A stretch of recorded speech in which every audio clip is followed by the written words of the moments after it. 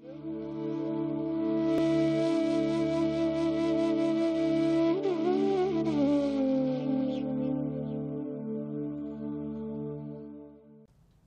भर के योग प्रेमियों को मेरा नमस्कार। ये हम सब के लिए आनंद की बात है कि आज विश्व भर में ज़्यादा से ज़्यादा लोग योग को अपना रहे हैं, योग से जुड़ रहे हैं। युवा हो, बुजुर्ग हो, महिलाएं हो, बच्चे हो, योग सबके जीवन का हिस्सा बनता जा रहा है। इसका एक कारण यह है कि योग सरल है, सहज है और सर्वसुलभ है। यानी आसन और प्राणायाम को इसे सीखना एकदम सरल है। हर आयु वर्ग का व्यक्ति अपनी क्षमता के अनुसार सहजता से कर सकता है और इन्हें करने के लिए किसी विशेष व्यवस्था की आवश्यकता नहीं है। टूल नहीं चाहिए, इक्विपमेंट नहीं चाहिए, सिर्फ एक छोटी सी जगह चाहिए। वो आसानी से इसे कर सकता है, यानी सर्वसुलभ है। योग भारत के ऋषि मुनियों की महान परंपरा की विश्व को महान देन है, विश्व को दिया गया एक अनमोल उपहार है। योग बिना किसी खर्च के केवल फिटनेस ही नहीं, वेलनेस के भी गारंटी देता है। योग रोग मुक्ति के साथ साथ भोग मुक्ति का भी मार्ग है। योग जोड़ता है मन, शरीर, बुद्धि को जोड़ व्यक्ति के अंतर्द्वंद और तनाव को खत्म करके आनंद देता है। व्यक्ति को परिवार और समाज से जोड़ता है, आपसी स्नेह और मम भाव पैदा करता है। ऐसे ही समरस समाज शांतिप्रिय राष्ट्र का निर्माण करते हैं और ऐसे राष्ट्रों से ही एक सौहार्द और सद्भाव से पूर्ण सुंदर विश्व का निर्माण होता है। यानी योग मैं से हम, अहम से वयम, व्यक्ति से समष्टि की एक यात्रा है। आज व्यक्ति आधुनिक जीवन शैली से उपजी हुई अनेक समस्याओं से ग्रस्त है। तनाव, अवसाद, डिप्रेशन, मधुमेह, डायबिटीज और उच्च रक्तचाप, ब्लड प्रेशर जैसी अनेक बीमारियां अंदर ही अंदर व्यक्ति को मार रही है। योग में इन सभी बीमारियों से बचने का समाधान है। योगाभ्यास तनाव से मुक्ति पाने और मन को प्रसन्न व शांति रखने में बहुत मददगार है। दिन भर की थकावट के बाद अगर पानी से हम हाथ मुंह धो लें तो कैसे ताजगी महसूस होती है। इसी तरह से आपाधापी दौड़ धूप के बीच थोड़ा सा समय भी प्राणायाम या कुछ देर शवासन या थोड़ा हाथ पैर हिला करके सांस लें, थोड़ा रिलैक्स कर लें तो कैसी नई ऊर्जा आती है। मानसिक तनाव के बीच योग, मानसिक तनाव के बीच योग मन की शांति है। उद्वेग और द्वंद्व के बीच योग अपने आप में ध्यान है। अतिरेक के बीच योग संयम और संतुलन है। योग निराशा को आशा और विश्वास में पलटता है। योग भय से अभयम की एक यात्रा भी है। तनाव के बीच जिंदगी कैसी होती है? जैसे बहुत बड़े बड़े पहाड़ है, ऊपर एक भी पेड़ पौधा नहीं है, पत्थर ही पत्थर नजर आ रहे हैं, लेकिन पहाड़ों के बीच से कोई शांत सा झरना बहता है। तनावपूर्ण जिंदगी में योग भी उस झरने जैसा एक प्रवाह है। योग उम्र, लिंग, जाति, पंथ, धर्म और राष्ट्रों के बंधन की सीमाओं से परे है। मुझे खुशी है कि योग की लोकप्रियता वैश्विक स्तर पर बढ़ रही है। आज जब अधिक से अधिक लोग योग को अपने जीवन का एक अहम हिस्सा बना रहे हैं, तो योग शिक्षकों की मांग बढ़ रही है। आज हमारी चुनौती है प्रशिक्षित योग शिक्षकों को तैयार करना, जो योग के प्रति इस लगाव और उत्साह को सही मायने में आगे बढ़ा सके और विशेष रूप से युवाओं को इसके लिए प्रोत्साहित कर सके। आप सब योग प्रेमियों को मेरी तरफ से बहुत बहुत शुभकामनाएं। योग केवल व्यायाम नहीं है। योग एक तनावग्रस्त व्यक्ति का तनाव वापस लेता है, दूर करके उसे तनाव रहित बनाता है। योग अशांत मन को शांत करता है। इसलिए आइए हम सब योग को अपनाएं, अपना मन भी शांत करें और विश्व शांति के मार्ग पर आगे बढ़ें। योग भारत की सांस्कृतिक विरासत है। आज योग पूरे विश्व में फैल रहा है और इसके विस्तार के पीछे अनेक योग गुरुओं का योगदान रहा है। योग के द्वारा पूरे विश्व में लोग आरोग्यवर्धक और रोग निदान का लाभ उठा रहे हैं। विश्व योग दिवस के सफल आयोजन हेतु मेरी शुभकामनाएं।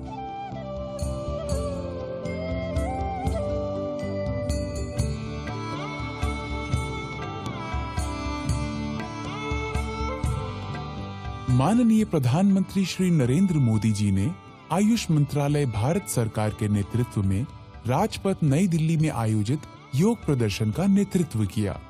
समूचे विश्व ने पूर्ण उत्साह के साथ 21 जून 2015 को प्रथम अंतर्राष्ट्रीय योग दिवस के रूप में मनाया। इस यादगार अवसर पर 2 गिनेस विश्व रिकॉर्ड बने। 35,985 प्रतिभागियों के साथ योग का सबसे बड़ा सत्र एवं योग के एक ही सत्र में सर्वाधिक देशों यानी कि 84 देशों के नागरिकों की प्रतिभागिता।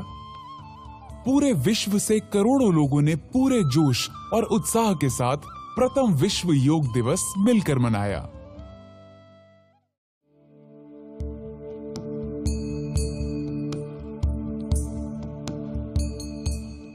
योग आवश्यक रूप से एक आध्यात्मिक अनुशासन है जो विशेषतः परिष्कृत विज्ञान पर आधारित है। यह स्वस्थ जीवन के लिए एक कला और विज्ञान है। योग शब्द की उत्पत्ति संस्कृत के शब्द युग से हुई है, जिसका अर्थ जुड़ने या एकजुट होने से है। यौगिक लेखों के आधार पर योग का अभ्यास व्यक्तिगत चेतना को सार्वभौमिक चेतना के साथ मिलन करने के लिए अग्रसर करता है।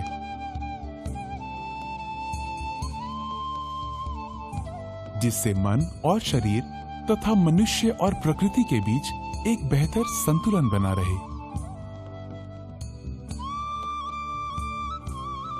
योग के विज्ञान की उत्पत्ति हजारों वर्ष पूर्व धर्म व विश्वास की पहली व्यवस्थाओं के जन्म से भी पहले हुई थी। यौगिक लेखों के आधार पर शिव जो कि पहले योगी या आदि योगी थे, उन्होंने अपने गहन ज्ञान को अपने 7 शिष्यों, प्रसिद्ध सप्तऋषियों या 7 मनीषियों के बीच प्रसारित किया था।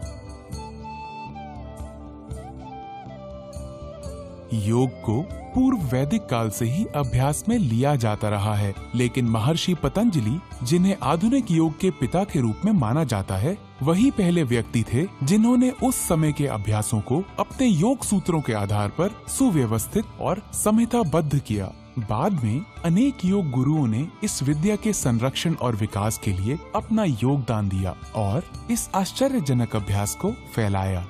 योग के विभिन्न विद्यालय हैं,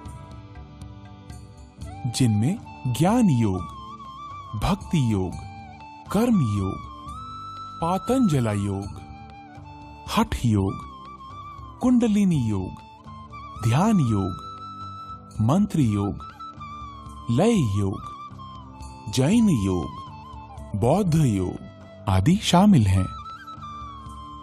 प्रत्येक विद्यालय की अपनी पद्धतियां और अभ्यास हैं, जो योग के मुख्य लक्ष्य और उद्देश्यों की ओर मार्गदर्शन करती हैं। कुछ प्रमुख रूप से अभ्यास में लाई जाने वाली योग साधनाएं हैं यम, नियम, आसन, प्राणायाम, प्रत्याहार, धारण, ध्यान, समाधि, बंधा, मुद्रा, शतकर्मास, युक्तहारा, मंत्र जापा तथा युक्त कर्म। योग का अभ्यास करने वाले को योगाभ्यास करते समय यहाँ बताए जा रहे कुछ निर्देशक सिद्धांतों का पालन करना चाहिए। अभ्यास से पूर्व योगाभ्यास शांति और आनंद के वातावरण में शांत शरीर और मस्तिष्क के साथ करना चाहिए। यह खाली पेट या हल्के पेट करना चाहिए। यदि आपको कमजोरी का अनुभव होता है तो गुनगुने पानी में शहद मिलाकर पी लें। शरीर की गतिविधियों की सहजता के लिए हल्के और आरामदायक सूती कपड़ों को प्राथमिकता देनी चाहिए। कोई पुरानी बीमारी, दर्द या हृदय संबंधी समस्या होने पर योगाभ्यास करने से पहले किसी चिकित्सक या योग चिकित्सक से परामर्श अवश्य करें। अभ्यास के दौरान अभ्यास सत्र का प्रारंभ प्रार्थना या वंदना से किया जाना चाहिए, क्योंकि इससे मन की शांति के लिए एक सहायक वातावरण बनता है। योग अभ्यास धीरे धीरे तनाव मुक्त तरीके से शरीर और सांस की जागरूकता के साथ किए जाने चाहिए। सांस को तब तक ना रोकें जब तक ऐसा करने के लिए ना कहा जाए। शरीर को कसा हुआ या झटके के साथ ना रखें। अभ्यासों को अपनी क्षमताओं के अनुसार करें। सत्र का अंत गहन मौन या शांति पाठ से करें। अभ्यास सत्र के 20-30 मिनटों के उपरांत ही भोजन या स्नान करना उचित होगा। योग की दुनिया में आपका स्वागत है। ज्ञान के इस अनोखे संसार में आपका स्वागत है। जैसा प्रासंगिक और लाभकारी यह हजारों वर्ष पूर्व था, वैसा ही आज भी है।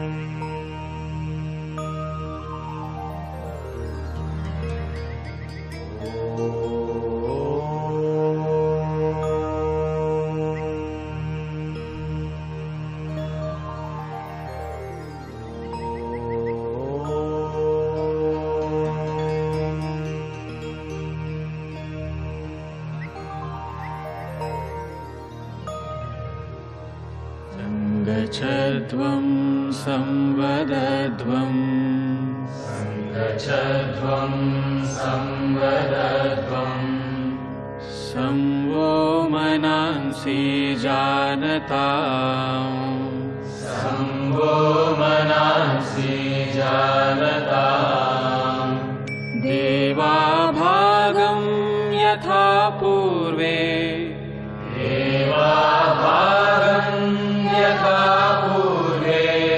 संजानाना उपासते सञ्जानाना उपासते सञ्जानाना उपासते सञ्जानाना उपासते सञ्जानाना उपासते सञ्जानाना उपासते।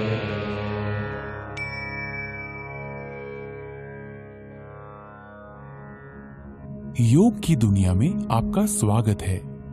आइए अब हम योग साधना का अभ्यास चालन क्रियाओं यानी शिथिलता अभ्यासों से करते हैं, जो शरीर में सूक्ष्म रूप से रक्त संचार को बढ़ाते हैं।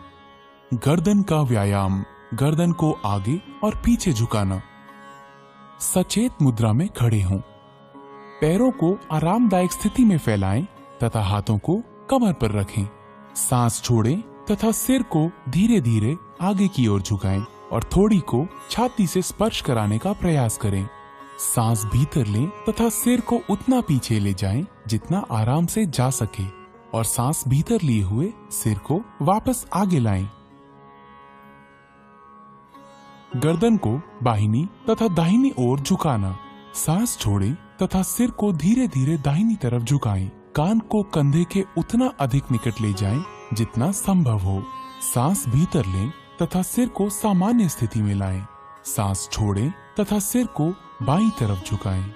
सांस भीतर लें तथा सिर को वापस सामान्य स्थिति में लाएं। दाहिनी और बाहिनी ओर घुमाना। सांस छोड़ें तथा सिर आराम से दाहिनी तरफ इतना घुमाएं कि थोड़ी कंधे की सीध में आ जाए। सांस भीतर लें तथा सिर को वापस सामान्य स्थिति में लाएं। सांस छोड़ें तथा सिर को बाईं तरफ घुमाएं। सांस भीतर लें तथा सिर को वापस सामान्य स्थिति में लाएं। गर्दन को घुमाना। सिर को आगे की ओर झुकाकर थोड़ी को छाती से स्पर्श कराने का प्रयास करें। सांस भीतर लें तथा सिर को घड़ी की सुइयों की दिशा में घुमाएं। सिर नीचे की ओर जाते समय सांस छोड़ें। सिर को घड़ी की सुइयों की विपरीत दिशा में घुमाएं। गर्दन के चारों ओर खिंचाव, गर्दन के जोड़ों और मांसपेशियों के शिथिलन तथा गर्दन के तनाव के दूर होने की अनुभूति करें। गर्दन में दर्द और स्पॉन्डिलाइटिस की शिकायत वाले लोगों को यह व्यायाम आराम से करना चाहिए। स्कंद संचालन। दोनों पैर परस्पर मिले हुए हों। पैर से सिर तक के हिस्से को सीधा रखें। भुजाओं को बगल में रखें। श्वास खींचते हुए बगल से दोनों भुजाओं को अपने सिर से ऊपर उठाएं। हथेलियां ऊर्ध्व दिशा में हों। श्वास छोड़ते हुए दोनों भुजाओं को बगल में वापस ले आएं। जब हाथों को सिर से ऊपर उठाएं तो ध्यान रखें कि वे सिर को स्पर्श ना करें। इसी तरह जब हाथों को नीचे लेकर आएं तो इस बात का ध्यान रखें कि जांघों को वे स्पर्श ना करें। उंगलियों को मिलाते हुए दोनों हथेलियों को पूरी तरह खोलें।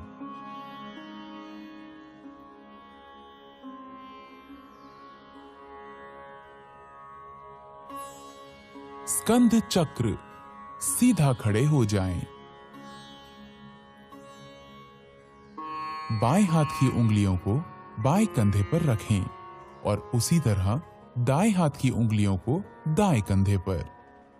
दोनों कोहनियों को पूरी तरह चक्राकार घुमाएं। आगे की ओर कोहनियों को घुमाते हुए वक्षस्थल के सामने स्पर्श कराने की कोशिश करें और जब कोहनियों को घुमाएं तो उन्हें कानों के समीप ले जाने की कोशिश करें। इसी तरह विपरीत दिशा में भुजाओं को खींचते हुए घुमाएं और कोशिश करें कि इस दौरान भुजाएं शरीर को स्पर्श करें। इस क्रिया को बाएं से दाएं अर्थात घड़ी की सुई की विपरीत दिशा में 5 बार दोहराएं। इस क्रिया के अभ्यास से हड्डियां, मांसपेशियां और स्कंद क्षेत्र की तंत्रिकाएं स्वस्थ रहती हैं। यह अभ्यास गर्दन की रीढ़ की हड्डी की अपकर्षक अर्थात सर्वाइकल स्पॉन्डिलाइटिस बीमारी को दूर करने में सहायक है। धड़ को घुमाना। पांवों को परस्पर 2 फुट की दूरी पर रखें। दोनों हाथों को छाती की ऊंचाई तक इस प्रकार उठाएं कि दोनों हथेलियां एक दूसरे के सामने हों। सांस छोड़ें शरीर को दाहिनी तरफ इतना घुमाएं कि बाईं हथेली दाहिने कंधे को स्पर्श कर ले। सांस भीतर लेते हुए वापस लौटें। अब सांस छोड़ें।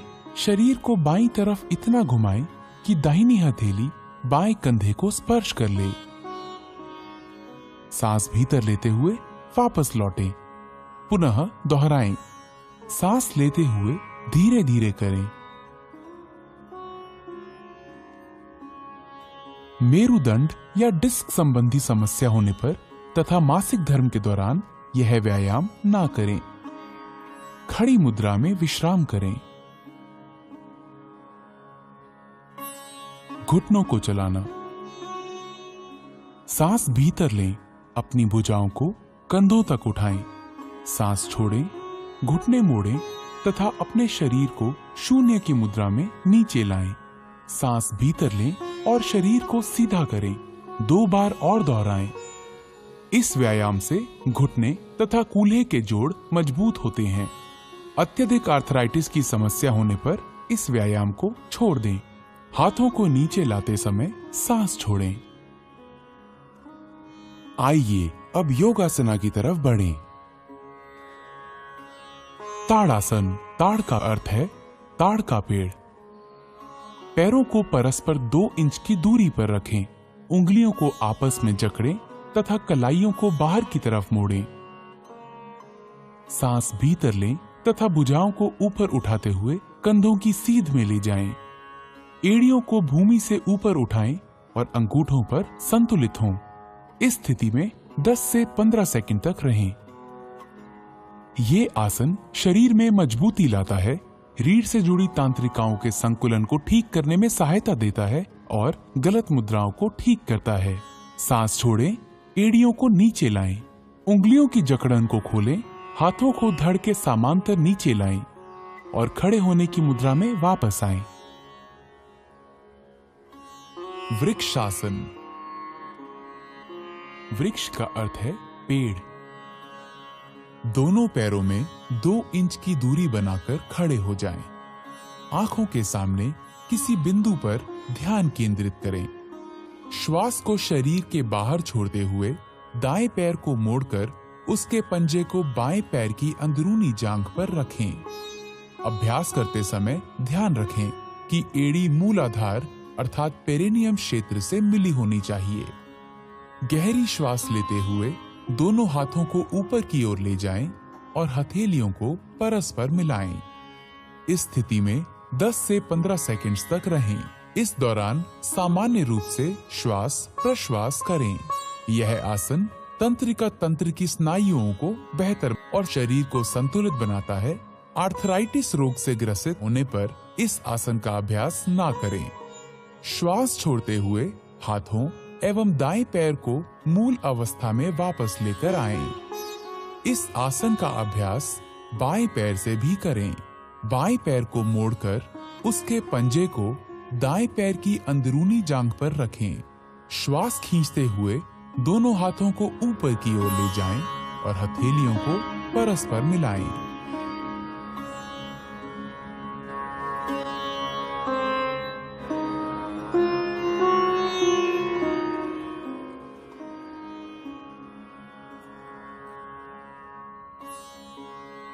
पादहस्तासना।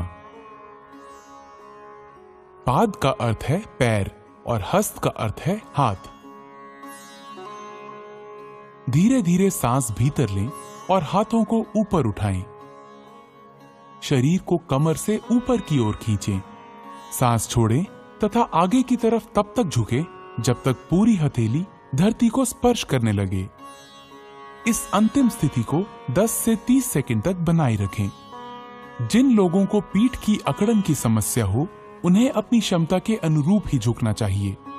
अब सांस भीतर लें। धीरे धीरे सीधी स्थिति में आएं और भुजाओं को सिर के ऊपर ले जाकर खींचें। सांस छोड़ें और धीरे धीरे प्रक्रियाओं को विपरीत क्रम में करते हुए प्रारंभिक स्थिति में आएं। विश्राम करें। अर्ध चक्रासन।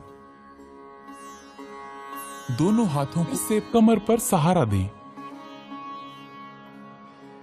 सांस छोड़ें। सिर को पीछे झुकाएं गर्दन की मांसपेशियों को खींचें तथा रीढ़ के निचले हिस्से से पीछे की ओर झुकें। सामान्य सांस लेते हुए विश्राम करें। इस स्थिति में 10 से 30 सेकंड तक रहें।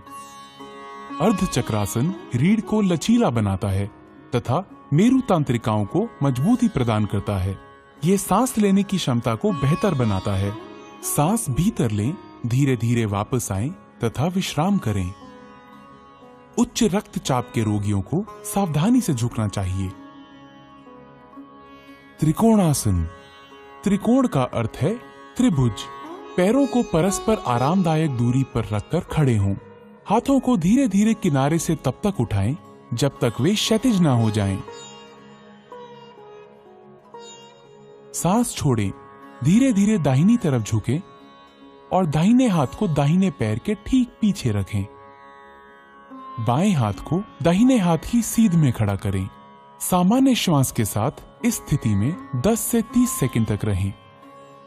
यह समतल पैर से बचाता है, पिंडलियों, जांघों तथा कमर की मांसपेशियों को मजबूती प्रदान करता है और मेरुदंड को लचीला बनाता है।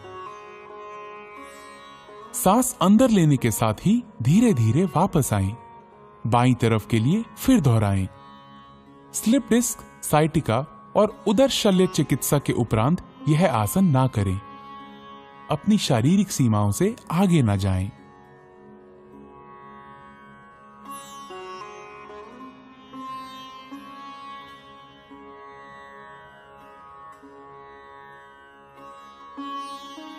भद्रासन। आइए अब बैठने वाली मुद्राओं के लिए तैयार हों। भद्र का अर्थ है दृढ़। पांवों को सामने की तरफ फैलाकर सीधे बैठें। हाथों को कूल्हों के पास रखें। ये दंड आसन है। अब अपने पैरों के तलवों को एक साथ रखें। सांस छोड़ें और अपने हाथों को अपने पैरों के अंगूठों पर कसें।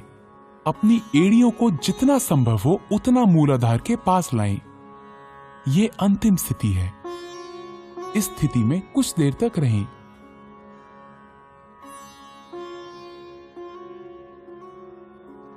भद्रासन शरीर को दृढ़ रखता है और मस्तिष्क को स्थिर करता है।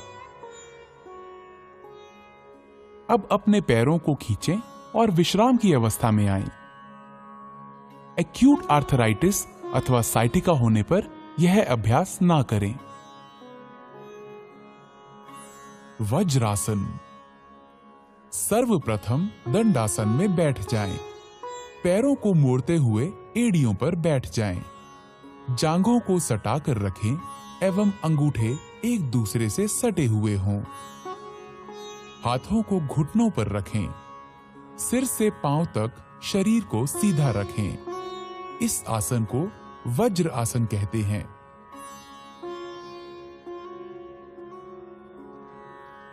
अर्ध उष्ट्रासन।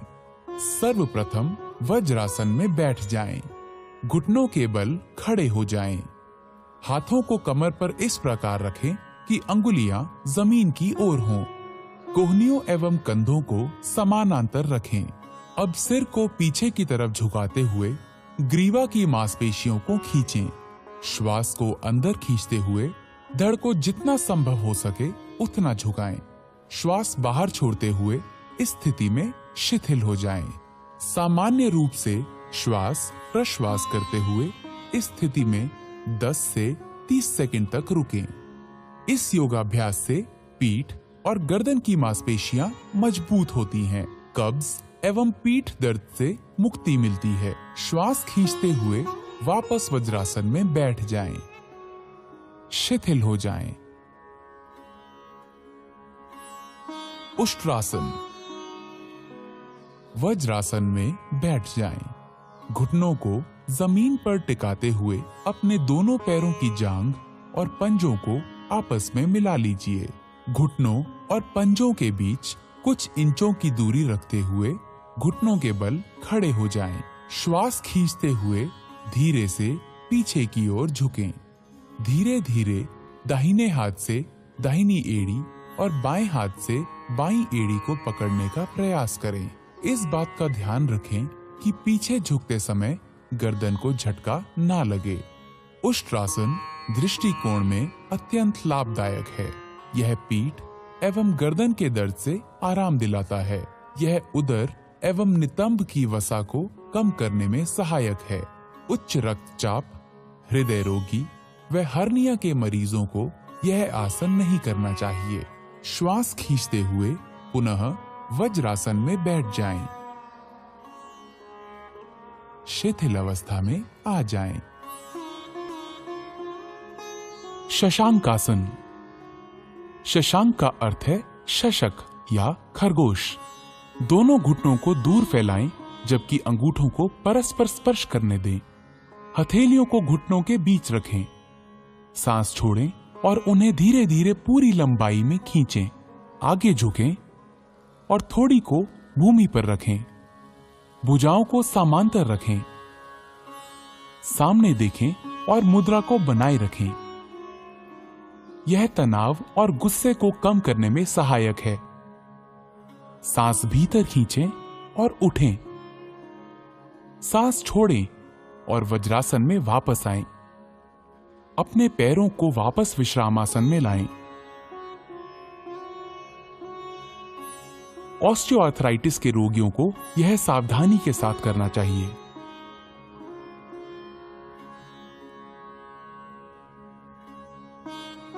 उत्तान मंडूकासन। इस आसन में शरीर की स्थिति ऊर्ध्वमुखी मेंढक जैसी हो जाती है। वज्रासन में बैठ जाएं। अंगूठों को सटाते हुए दोनों घुटनों को अधिक से अधिक फैलाएं। श्वास खींचते हुए अपने हाथों को ऊपर उठाएं। सिर के पीछे से दोनों हाथों को मोड़ें और हथेलियों को विपरीत कंधों पर रखें। अपनी पीठ और गर्दन को सीधा रखें और थोड़ी देर इसी स्थिति में बने रहें। यह आसन पीठ दर्द और ग्रीवा दर्द की तकलीफ से छुटकारा दिलाने में सहायक है। यह आसन शरीर के मध्य पट के लिए लाभदायक है। यह फेफड़े की कार्य क्षमता में वृद्धि करता है। घुटनों व जोड़ों के दर्द से पीड़ित व्यक्तियों को इस आसन से परहेज करना चाहिए। वापसी में श्वास खींचते हुए दोनों हाथों को धीरे धीरे सीधा करें और वापस ले आएं। अपने घुटनों को मिलाकर पूर्ववत स्थिति में ले आएं।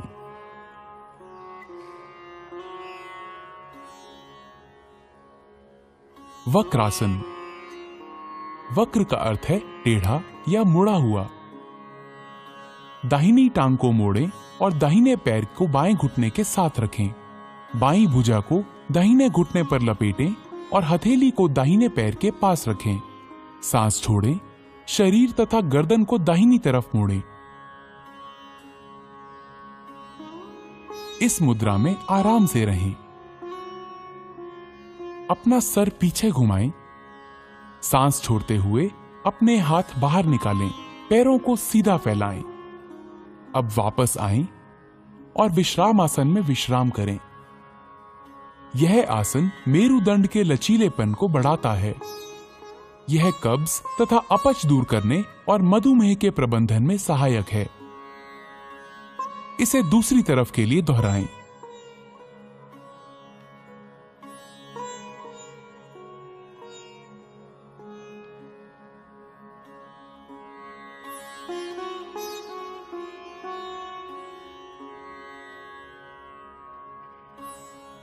अपना सिर पीछे घुमाएं। सांस छोड़ते हुए अपने हाथ बाहर निकालें। पैरों को सीधा फैलाएं। अब वापस आएं और विश्राम आसन में विश्राम करें।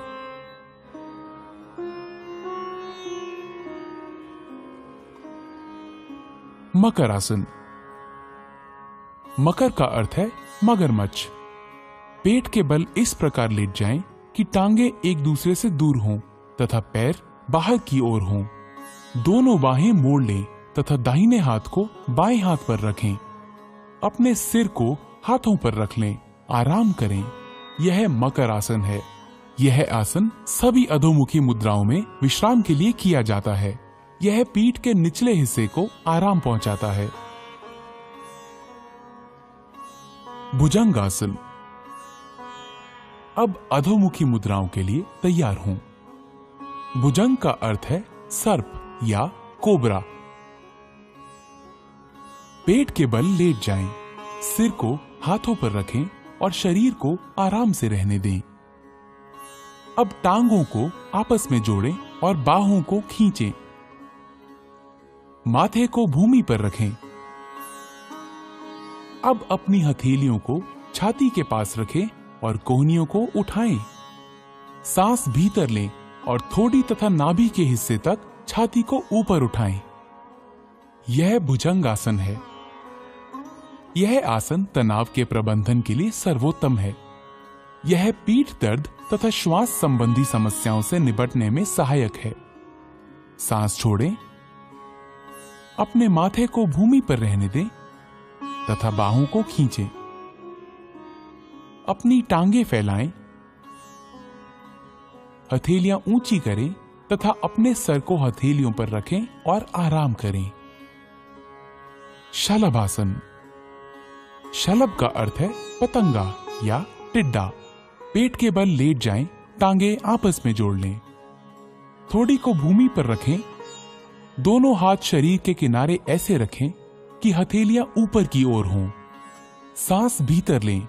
अपनी टांगों को भूमि से उतना ऊपर उठाएं जितना आप बिना घुटनों को मोड़े हुए उठा सकें। बाहों और टांगों को इस तरह फैलाएं कि शरीर आसानी से भूमि से ऊपर उठ जाए। इस स्थिति में आराम से रहें। यह आसन साइटिका तथा पीठ के निचले हिस्से के दर्द में राहत देता है। यह कूल्हे की मांसपेशियों को आकार देता है। अब सांस छोड़ें, टांगों को नीचे भूमि की ओर ले आएं। अपनी बाहें निकालें और भूमि पर विश्राम करें। हृदय रोगियों को यह मुद्रा नहीं करनी चाहिए। सेतु बंधासन। ऊर्ध्वमुखी या पीठ के बल लेटकर की जाने वाली मुद्राओं की ओर। सेतु बंध का अर्थ है पुल बनाना। टांगों को आपस में जोड़ें, बाहों को शरीर के किनारे रखें। दोनों टांगों को घुटनों पर मोड़ें और एड़ियों को नितंबों के पास ले जाएं। दोनों एड़ियों को कसकर पकड़ें। सांस भीतर लें। धीरे धीरे नितंबों तथा धड़ को पुल बनाने के लिए उतना ऊंचा उठाएं जितना आप उठा सकते हैं। आराम से रहें। यही अंतिम मुद्रा है। यह आसन अवसाद तथा व्यग्रता से मुक्ति देता है। यह पीठ के निचले हिस्से की मांसपेशियों को मजबूत बनाता है। अब सांस छोड़ें। धीरे धीरे मूल स्थिति में आएं और विश्राम करें। पीठ के बल लेट जाएं। कृपया ध्यान रखें, गर्भावस्था के बाद की तिमाहियों वाली महिलाएं इस आसन का प्रयोग ना करें। उत्तान पादासन। इस आसन में पीठ के बल लेटकर पैरों को ऊपर उठाया जाता है। इसी कारण इस आसन का नामकरण उत्तान पाद आसन हुआ है। जमीन पर आराम से पीठ के बल लेट जाएं। पैरों की स्थिति सीधी हो और हाथों को बगल में रखें। श्वास लेते हुए घुटनों को बिना मोड़े धीरे धीरे अपने दोनों पैरों को ऊपर उठाएं और 30 डिग्री का कोण बनाएं। सामान्य रूप से श्वास प्रश्वास करते हुए इस अवस्था में कुछ देर बने रहें। श्वास छोड़ते हुए धीरे धीरे अपने दोनों पैरों को नीचे लाएं और जमीन पर रखें। यह आसन नाभि केंद्र अर्थात नाभि मणि चक्र में संतुलन स्थापित करता है। अर्ध हल आसन। इस आसन में शरीर की स्थिति खेतों की जुताई करने वाले भारतीय हल की अर्ध आकृति जैसी हो जाती है। इसी कारण इसका नाम हल आसन पड़ा है। पीठ के बल लेट जाएं। दोनों हाथ जांघों के बगल में रखें और हथेलियां जमीन पर टिका दें। घुटनों को बिना मोड़े अपने पैरों को धीरे धीरे ऊपर उठाएं। सर्वप्रथम अपने पैरों को 30 डिग्री तक उठाएं। तत्पश्चात 60 डिग्री का कोण बनाएं। अब धीरे धीरे पैरों को 90 डिग्री के कोण की स्थिति में ले आएं। यह अर्ध हलासन की पूर्ण स्थिति है। इस अवस्था में शरीर की स्थिति नितंब से कंधे तक सीधी होनी चाहिए। धीरे धीरे अपने पैरों को वापस जमीन पर लाएं। ध्यान रहे वापसी की स्थिति में सिर जमीन से ऊपर ना उठे। यह आसन गहरे तनाव से ग्रस्त व्यक्तियों के लिए अत्यंत लाभदायक है, परंतु उन्हें बड़ी सावधानी पूर्वक यह आसन करना चाहिए। पीठ के निचले हिस्से के दर्द से पीड़ित व्यक्तियों को दोनों पैरों के साथ इस आसन को नहीं करना चाहिए। पवन मुक्त आसन। दोनों घुटने मोड़ें तथा जांघों को छाती के पास लाएं। उंगलियों को आपस में जकड़ लें और घुटनों के नीचे पिंडलियों को अच्छी तरह पकड़ लें। सिर तथा कंधे उठाएं और घुटनों को थोड़ी से छूने का प्रयास करें। यह पवन मुक्त आसन है। यह कब्ज दूर करता है, उदर वायु से मुक्ति दिलाता है और पीछे की मांसपेशियों तथा मेरु तंत्रिकाओं को ठीक करता है। अपना सिर पीछे लाएं, सांस छोड़ें। अपनी टांगों को सीधा फैलाएं। आराम करें। उदर की चोटों, हर्निया, साइटिका तथा गर्भावस्था में यह अभ्यास ना करें।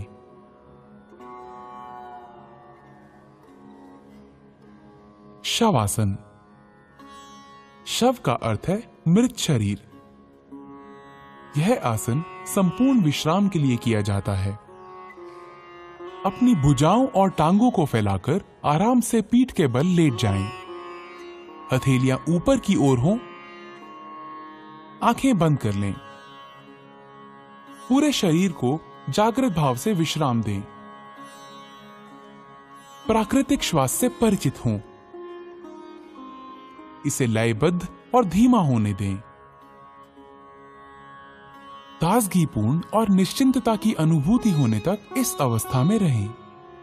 यह आसन सभी प्रकार के तनावों से मुक्ति देता है और शरीर तथा मस्तिष्क दोनों को विश्राम देता है।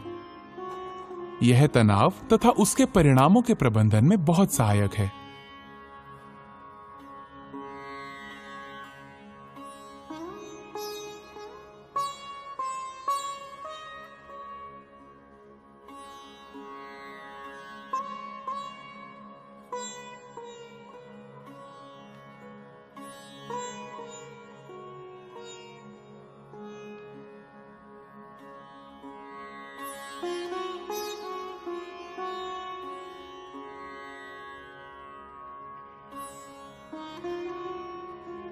कपालभाति।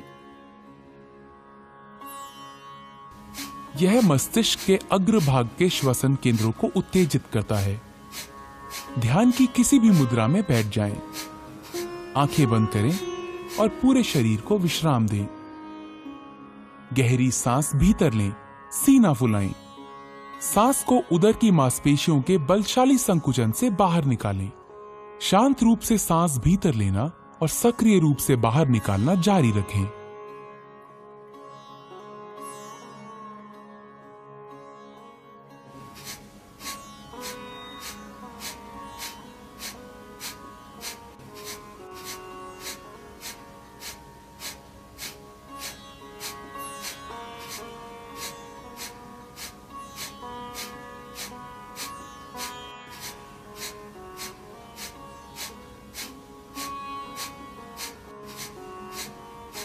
फिर एक गहरी सांस लें, धीरे धीरे बाहर निकालें और विश्राम लें। इस प्रक्रिया को 30 बार करें। यह कपालभाति का एक चक्र है। प्रत्येक चक्र के अंत में गहरी सांस लेनी चाहिए। अब 2 चक्र और करें।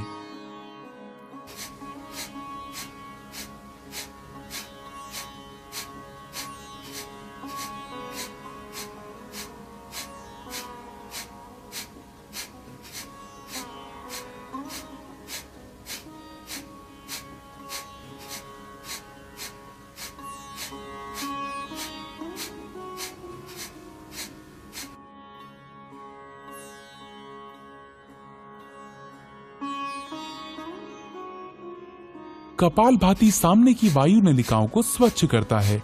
इससे कफ संबंधी समस्याओं के निदान में सहायता मिलती है। यह ठंड, राइनाइटिस, साइनोसाइटिस, अस्थमा तथा श्वास संबंधी रोगों के उपचार में सहायक है।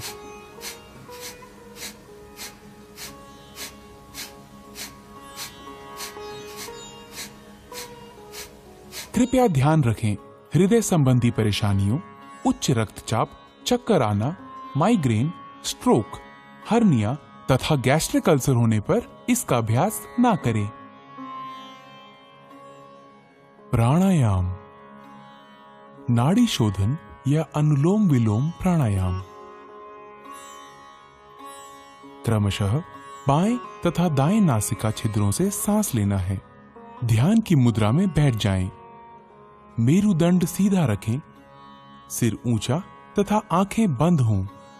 शरीर को कुछ गहरी सांसें लेकर आराम की स्थिति में लाएं। बाईं हथेली को बाएं घुटने पर ज्ञान मुद्रा में रखें। दायां हाथ नासाग्र मुद्रा में होना चाहिए। दाएं अंगूठे को दाहिने नासिका छिद्र पर रखें। बाएं नासिका छिद्र से श्वास अंदर लें, फिर इसे बंद कर लें। दाहिने नासिका छिद्र से श्वास बाहर निकालें। अगली बार दाहिने नासिका छिद्र से सांस भीतर लें। दाहिना नासिका छिद्र बंद करें और बाएं नासिका छिद्र से श्वास बाहर निकालें। यह नाड़ी शोधन या अनुलोम विलोम प्राणायाम का एक चक्र है। 5 चक्र और पूरे करें।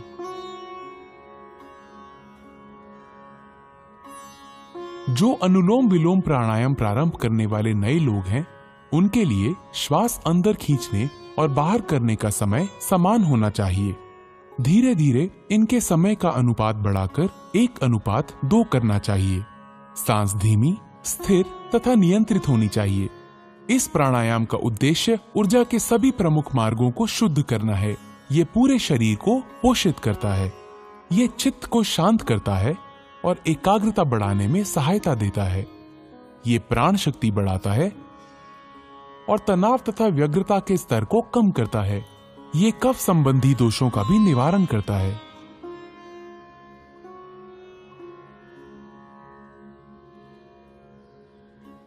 शीतली प्राणायाम। शीत का अर्थ है ठंडा।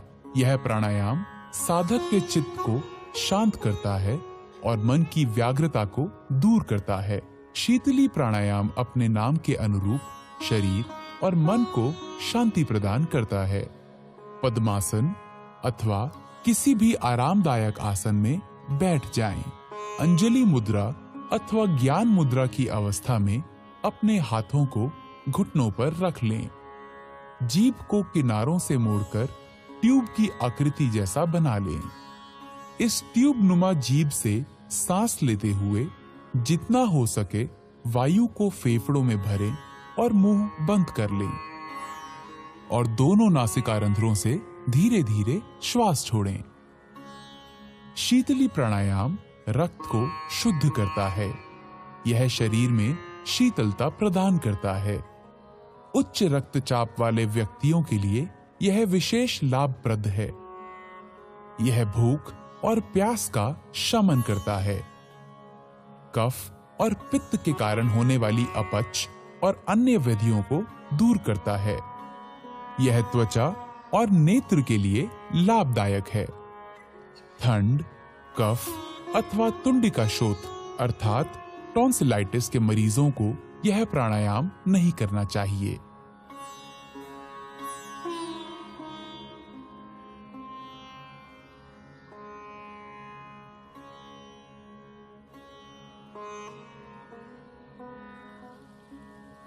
भ्रामरी प्राणायाम।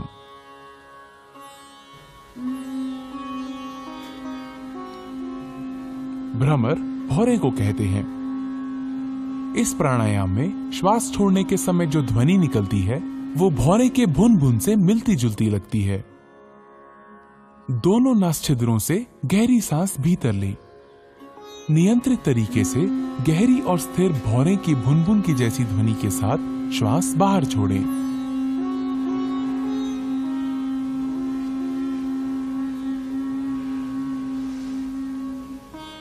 यह भ्रामरी प्राणायाम का एक चक्र है। 2 बार और दोहराएं।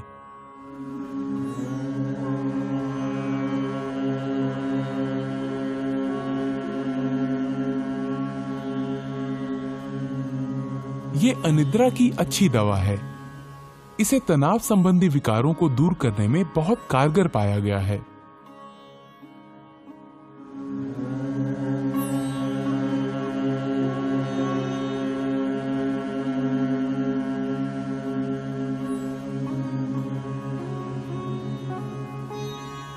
अब भ्रामरी को षण्मुखी मुद्रा में करें। अपने कानों को अंगूठों से बंद कर लें। अब तर्जनी को अपनी आंख पर, मध्यमा को नासापुटों पर तथा अनामिका और कनिष्ठिका उंगलियों को अपने होठों पर रखें। अपनी नाक खोलें और दोनों छिद्रों से श्वास भीतर लें। नियंत्रित गति से धीरे धीरे भौरे की भुनभुन सी आवाज करते हुए श्वास छोड़ें।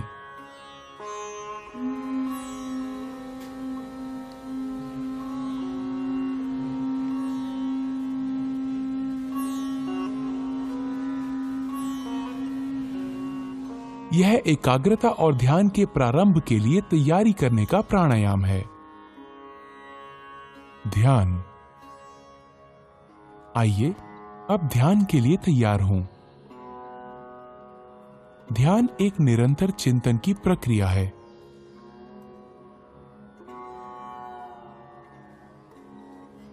ध्यान की किसी भी मुद्रा में बैठें। अपने मेरुदंड को आरामदायक स्थिति में सीधा रखें। ज्ञान मुद्रा ग्रहण करें।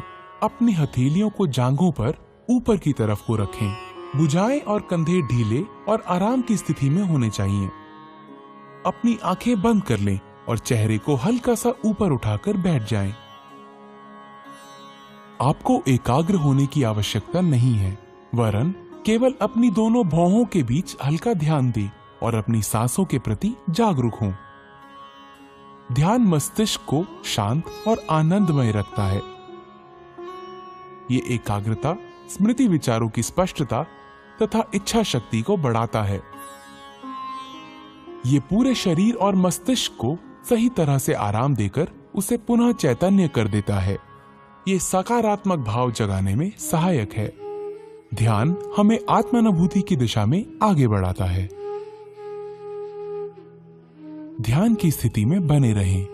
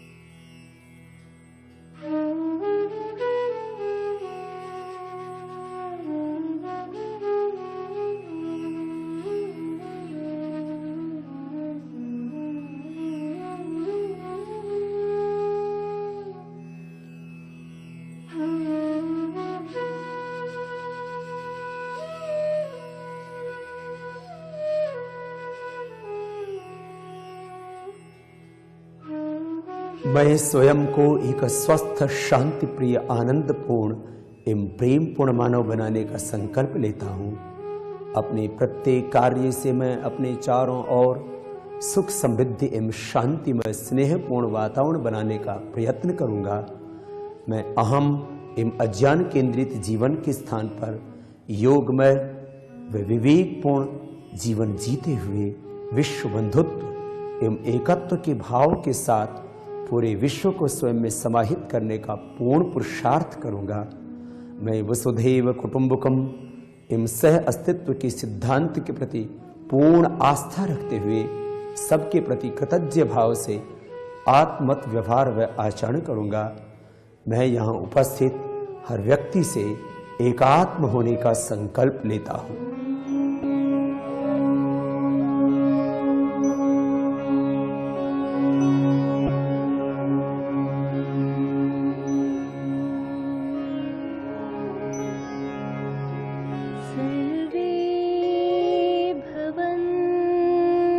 सुखिनः सर्वे सन्तु निरामयाः सर्वे भद्राणि पश्यन्तु मा कश्चित् दुःखभाग् भवेत् मा कश्चित् दुःखभाग् भवेत्। ॐ शान्ति शान्ति शान्ति।